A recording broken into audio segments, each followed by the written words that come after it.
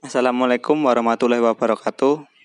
Perkenalkan, nama saya Muhammad Fakih Isnaini. Yang kedua Yanfa Fawasaska. Yang ketiga Taan Mulia Tiageng. Dan yang keempat Alifian Fadli Wahyudi. Kami dari kelompok 3 akan mempresentasikan hasil diskusi kami tentang falsafah ekonomi Islam. Yang pertama adalah pengertian dari falsafah ekonomi Islam. Falsafah ekonomi Islam itu sendiri adalah nilai-nilai yang menjadi dasar atau landasan Islam dalam aktivitas atau transaksi ekonomi manusia. Nilai-nilai ini biasanya bersifat umum, universal, atau mendasar sehingga walaupun zaman sudah berganti, maka nilai akan tetap ada dan tidak akan berubah. Zaman dan teknologi akan selalu berubah seiring berjalannya waktu. Akan tetapi dalam hal falsafah ekonomi, hal ini tidak akan bisa berganti dan selalu menjadi pedoman. Secara teknis dan sistem penerapannya dalam kehidupan manusia bisa saja berganti, akan tetapi dasar-dasarnya dalam falsafah ekonomi Islam akan tetap dipertahankan. Untuk itu, salah besar jika banyak orang yang beranggapan bahwa ekonomi Islam atau ekonomi syariah tidak bisa lagi diterapkan atau sudah termakan zaman karena falsafah ekonomi Islamlah yang tetap dan sedangkan teknis bisa berbeda. Misalnya saja di zaman kita ini tidak mungkin menolak sistem perbankan, sistem jual beli online yang di zaman Rasulullah dulu belum ada hal-hal seperti itu. Dan yang selanjutnya adalah nilai-nilai ekonomi dalam falsafah Islam. Yang pertama adalah ketauhidan. Allah memberikan perintah kepada manusia untuk menggunakan hartanya atau membelanjakan di jalan Allah. Hal ini berkaitan erat bahwa aktivitas ekonomi dalam kehidupan manusia hendaknya selalu diorientasikan di jalan Allah sebagai pemilik langit dan bumi. Dengan senantiasa melaksanakan aturan ekonomi berdasarkan perintah dan apa yang Allah sampaikan, maka Allah menjamin keselamatan manusia, karena di dalamnya terdapat aturan yang menghindari manusia dari kebinasaan. Walaupun zaman sudah berganti dan teknologi semakin maju, falsafah ketauhidan ini harus tetap dipegang teguh oleh manusia agar selamat dalam melaksanakan aktivitas ekonomi di muka bumi. Yang kedua adalah kemaslahatan. Allah menunjukkan bahwa manusia hendaknya mencari karunia Allah di muka bumi agar supaya kehidupan beruntung. Akan tetapi, Allah memberikan perintah agar manusia melaksanakan aktivitas ekonomi tersebut dengan selalu mengingat Allah dan mendapatkan keberuntungan. Hukum kemaslahatan ini juga dapat digambarkan bahwa tidak ada satupun aturan Islam yang mengarah kepada kemudaratan. Hukum ekonomi Islam justru melindungi dari penipuan, perpecahan, modal yang dikapitalisasi, dan lain sebagainya. Yang ketiga adalah keadilan. Allah memberikan perintah kepada manusia agar melaksanakan ekonomi berdasarkan prinsip-prinsip keadilan. Salah satunya adalah dengan tidak boleh mengurangi timbangan. Perilaku mengurangi timbangan adalah salah satu perilaku yang Allah laknat dan tidak Allah sukai. Untuk itu, manusia hendaknya mengarahkan hidupnya agar jujur dan tidak menipu. Dampak dari perilaku tersebut tentu akan merugikan diri sendiri. Pembeli atau pelanggan tidak akan suka dengan penjual yang menipu atau bersikap tidak jujur. Tentu hal ini akan mengurangi jumlah penjualnya dan rugi diri sendiri. Yang keempat, menghargai hak individu. Aturan Islam menghargai satu sama lain harus saling memberikan keuntungan dan bukan saling memakan, apalagi dengan jalan yang memecah ukhuwah Islamiyah. Selain itu, dalam hal ekonomi, hendaknya sama manusia menjalankannya karena memang suka sama suka. Dilakukan karena saling memberikan keuntungan. Jangan sampai manusia satu dengan yang lainnya saling memaksakan kehendak atau memaksakan untuk bisa melakukan transaksi ekonomi. Islam juga tidak sama dengan liberalis, yang hanya mengandalkan pemilik modal atau berpikir individualis. Namun Islam juga tidak sama dengan sosialis, yang tidak menghargai hak milik pribadi. Islam mengajarkan untuk menghargai hak individu, dan individu berhak atas apa yang diusahakannya. Itulah mengapa ada aturan Islam mengenai harta, zakat, wakaf, warisan, ahli waris, mengembalikan hutang, dan lain sebagainya. Yang kelima dan terakhir adalah orientasi sosial. Hal ini sebagaimana perintah zakat, berinfak, dan bersedekah di jalan Allah. Orientasi sosial ini bermaksud untuk memberikan pemerataan ekonomi, juga memberikan bantuan agar harta tidak hanya teralokasi atau dikapitalisasi oleh satu orang atau kelompok saja, melainkan pada seluruh umat. Slide selanjutnya yaitu tentang tujuan falsafah ekonomi Islam.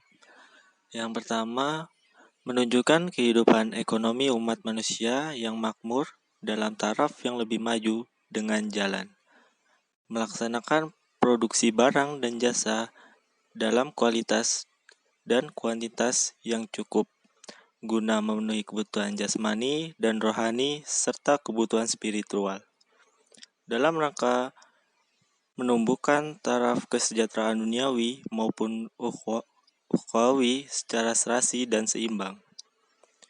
Yang kedua yaitu mewujudkan kehidupan ekonomi manusia yang adil dan merata. Dengan jalan melaksanakan distribusi barang, jasa, kesempatan, kekuasaan dan pendapatan masyarakat secara jujur dan tertera dan selalu meningkatkan taraf keadilan dan pemerataannya.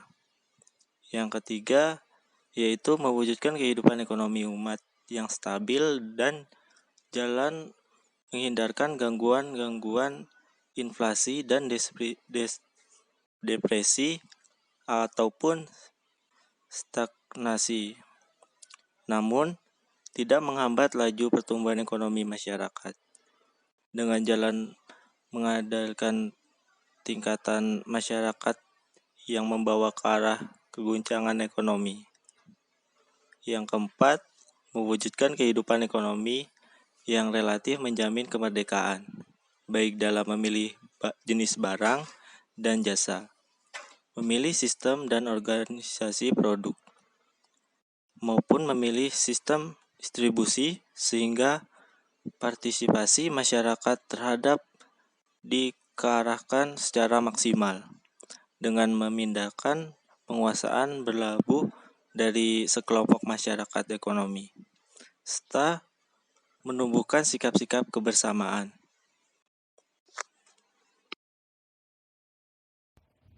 Di slide selanjutnya yaitu tentang kegunaan filsafat ekonomi Islam. Tentu banyak kegunaan dalam filsafat ekonomi Islam bagi masyarakat, terutama untuk umat muslim itu sendiri. Kelompok kami telah mengambil beberapa penggunaan filsafat ekonomi Islam, diantaranya yaitu yang pertama, untuk mewujudkan integritas seorang muslim untuk menjadi muslim yang kafah, sehingga nilai keislamannya itu sangat sungguh-sungguh dan tidak lagi setengah-setengah. Apabila masih ditemukan umat Islam yang menggeluti dan mengamalkan ekonomi konvensional, maka menunjukkan bahwa nilai keislaman umat muslim tersebut masih belum kafah. Yang kedua, untuk menerapkan dan mengamalkan filsafat ekonomi Islam melalui perekonomian masyarakat Islam itu sendiri. Yang ketiga, praktik ekonomi berstandar syariat Islam yang mengandung nilai ibadah karena telah mengamalkan syariat dari Allah Subhanahu wa taala.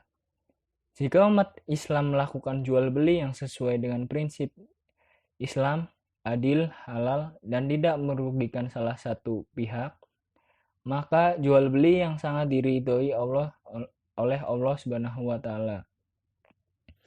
Dan tambahan satu kegunaan dari filsafat ekonomi Islam yang tidak ada di slide yaitu untuk menjadi solusi atas permasalahan ekonomi yang terjadi selama ini dalam konsep keadilan distribusi. Banyak permasalahan ekonomi yang terjadi di dunia ini, maka ekonomi Islam dibuat untuk mencari solusi permasalahannya agar keadilan dalam sistem ekonomi tersebut tercipta. Dan tentunya masih banyak lagi kegunaan filsafat ekonomi Islam yang lainnya. Dan di slide yang terakhir yaitu kesimpulan. Kesimpulan dari kelompok kami yaitu tentang filsafat ekonomi Islam yang merupakan ilmu yang mana kita mempelajari nilai-nilai yang menjadikan landasan untuk aktivitas maupun dalam kegiatan perekonomian manusia. Kunci dari nilai-nilai filsafat ekonomi Islam terletak pada hubungan antara manusia dengan Tuhan atau hablum minallah, hubungan manusia dengan alam atau hablum min al-alam, dan hubungan manusia dengan manusia yang lainnya atau hablum minanas. Teori filsafat ekonomi Islam inilah yang menjadikan pembeda antara ekonomi Islam dengan sistem ekonomi yang lainnya, seperti ekonomi kapitalis dan ekonomi sosialis. Dan ilmu yang menjelaskan tentang fondasi agama Islam yang disebut tauhid dan sistem-sistem yang menjadi ajaran dalam Islam, mewujudkan integritas seorang muslim yang kafah sehingga menjadikan umat Islam tidak lagi setengah-setengah untuk mencapai nilai keislamannya.